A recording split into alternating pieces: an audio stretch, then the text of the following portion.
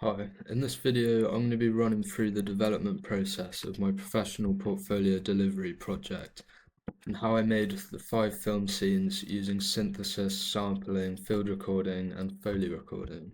First of all, let's quickly talk about what's changed since what I was initially planning to do before Christmas. I was planning on doing a scene from Gangs of London, however I decided instead I'm going to do 3 slightly shorter scenes from Top Boy, which can just let me have some more variation in the work that I'm submitting. I feel like when it comes to longer, more drawn out projects, I can sometimes be the kind of person that procrastinates too much. Now, I didn't want this to happen with this project, so I decided to follow this simple 4-step guide and create myself a detailed project timeline that would help me complete different aspects at the time I needed to within the project. So step one was to define my main milestones. For me, this was finishing the 4 film scenes plus the Elysium one, which I pretty much finished last semester, and to create a decent website where I can promote myself and I can create a place for clients to meet me and get in touch. Now, step two is to define the tasks that I needed to complete to reach the milestones. For me, this was mainly a bunch of recording sessions and a bunch of production sessions. However, it also includes other things such as getting into contact with potential collaborators. And finally, I then had to put the tasks in the right order and onto the calendar. For this, I decided to use a Gantt chart, which I made in ClickUp. You can see it here. I chose ClickUp because it's just a nice, easy, simple website to use and create a Gantt chart on that you can move everything around wherever you want. And yeah. So let's have a closer look at the project timeline. When I properly got back into working on this project, I had about 14 weeks until submission date from about the 1st of February. I decided to break everything down into generally around 1 to 2 week segments, with some shorter ones such as this, like field recording days, right here, like at Seven Beach, that's only a day long. But generally all the other tasks I decided to split into 1 to 2 week segments. This meant that within the 14 weeks I could safely get all of them done, while also not overloading myself with work towards the end or during certain weeks where I may have other work to complete for some of my other uni modules. When I was mapping out my project timeline, I wanted to have all of the recordings completed by about mid-April. Originally I said the 10th, but I had to give myself a couple extra days just in case. But yeah, for that reason, I scheduled all of the recording sessions to be completed by this weekend that started on the 12th of April. So we've got Bude and Ilfracombe recording session, Castle Combe, Cornwall recording trip, as well as the Seven Beach recording trips and various other urban recording trips within Bristol that took place earlier on within the project. So by completing all of the recording sessions by mid-April, I was giving myself the chance that if any of them had fell through, I still had around a month of leeway to make sure I could reschedule them and re-record them if necessary. Luckily, this didn't end up happening, but it was still necessary just in case. It also gives me some extra time at the end to focus purely on the production and the creation of the assets for my portfolio, such as the website. So before I go into more depth on the recording sessions, I need to mention that I actually didn't have a mic at the start of this project, not a decent one anyway. So this led to me having to buy one. The microphone that I decided to go with was a Zoom H4 Essential. The main reason being it wasn't too far out my price range, and it also came in a bundle for me, which included a nice wind muff. It also has a vocal one, which I don't have right now, but also this case right here, which is useful for bringing it out and not breaking it. And yeah, the most important reason, as you can see, it's got 32-bit float recording, which means I can spend more time worrying about setting up the mic and like the perfect placement that I want rather than setting levels and worry about distortion.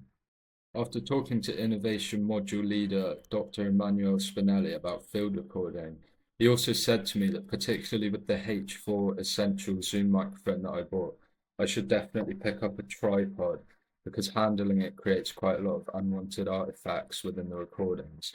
So I picked up a tripod as well, and it really helped with the quality of the recordings.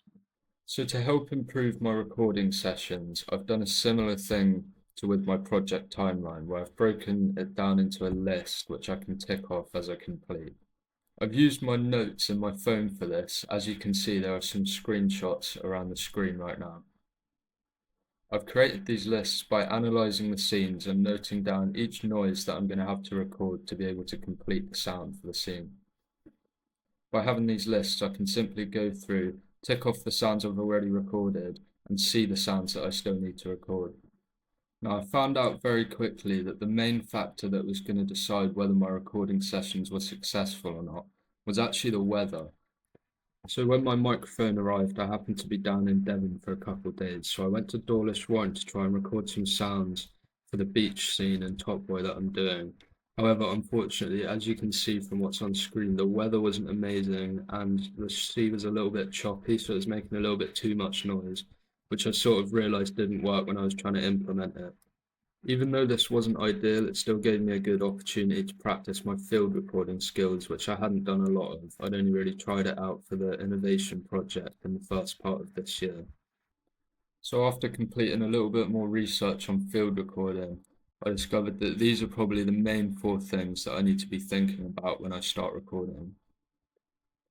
Now, unfortunately, there wasn't really much that I could do about the weather for some of my recording sessions. For example, the Castle Combe racetrack recording session, the recording trip in Cornwall, those were both set in stone dates that I couldn't really do anything about to be able to change the weather, obviously. However, you can see why I decided to make certain other field recordings and recording sessions last 2 to 3 days, because this gives me the opportunity to wait for the perfect weather that most accurately matches the scene to then go and get the recording. Now, the hardest recording session to plan for was the racetrack recording session. The main reason for this being that because this project's taking place between January and May, this is sort of the time of year where there's the least motorsports going on in the UK, mainly due to the weather and temperatures. For this reason, the first thing that I came across that looked like it would be useful for getting the right sounds that I needed was Howard's Race Day, which took place at Castle Combe on the 6th of April.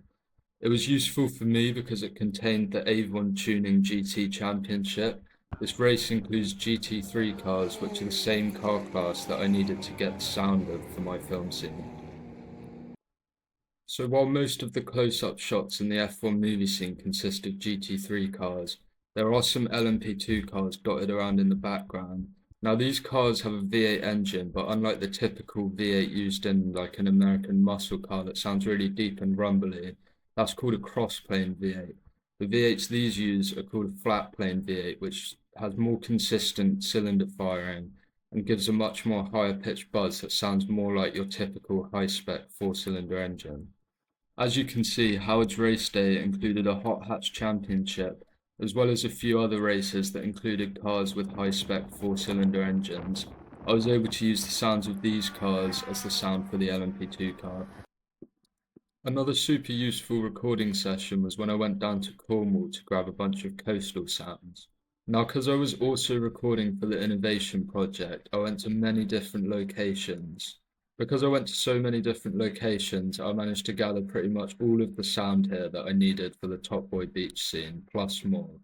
While maybe not all of this sound will make it into the final Top Boy beach scene, I'm still obviously going to add it to my library of sounds, which is going to be beneficial for future projects.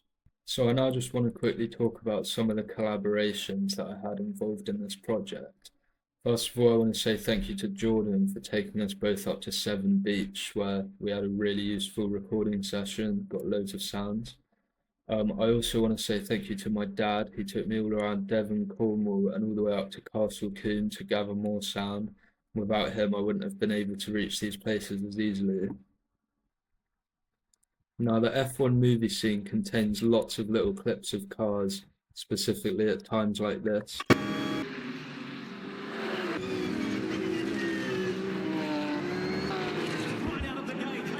And it just wouldn't have been possible for me to gather all of these sounds for the correct cars on my own. So I had to collaborate with someone called Jeff van der Ven, who produces high-end motorsport photography, videography, and digital media. And he very kindly let me use some of his sound from some of his pure sound videos on YouTube. Just to add, when I was making the F1 movie scene, I was very careful to make sure that I used the right car sounds for the right cars because, as a bit of a car nerd, I'd find it annoying if I was watching the film and it was an inaccurate sound for the car that's on screen. And then also specifically for some of the onboard moments, I decided to use footage from an onboard camera in a Porsche at Monza. I chose Monza to be the track that I'd use the onboard from because it's got lots of really long straights, just like the track shown in the video, which is Daytona, which is basically made out of all long straights. But yeah, that's just some footage of the onboard sound though.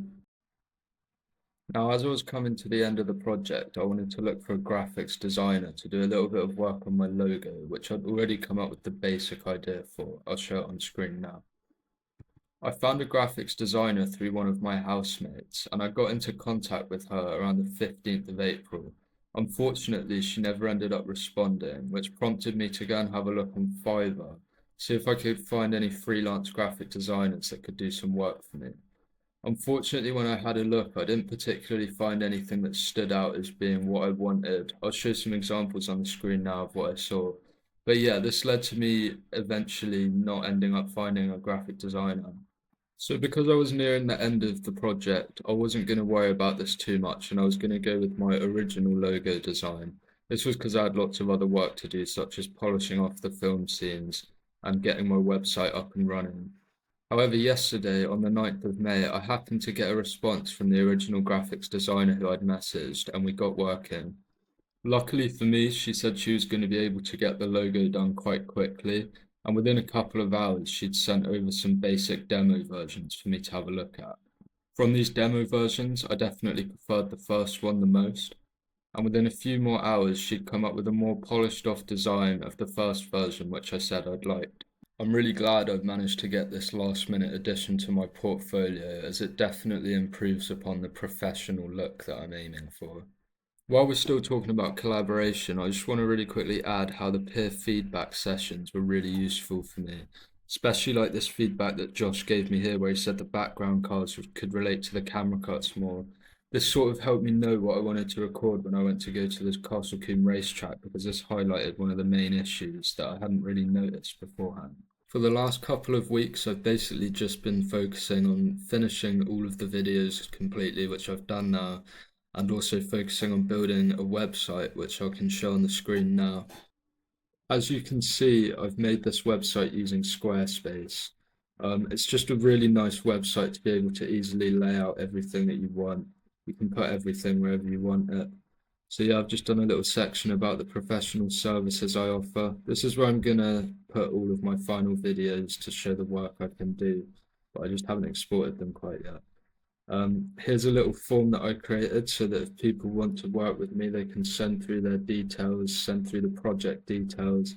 I've added a little bit on pricing and how I think that every project sort of requires different workload and different technical challenges. So the pricing is always going to be different, but we can work out an affordable price and rate once you've got in contact with me. And then yeah, I just added another little section more about myself, about how I've gotten into music and music production over time.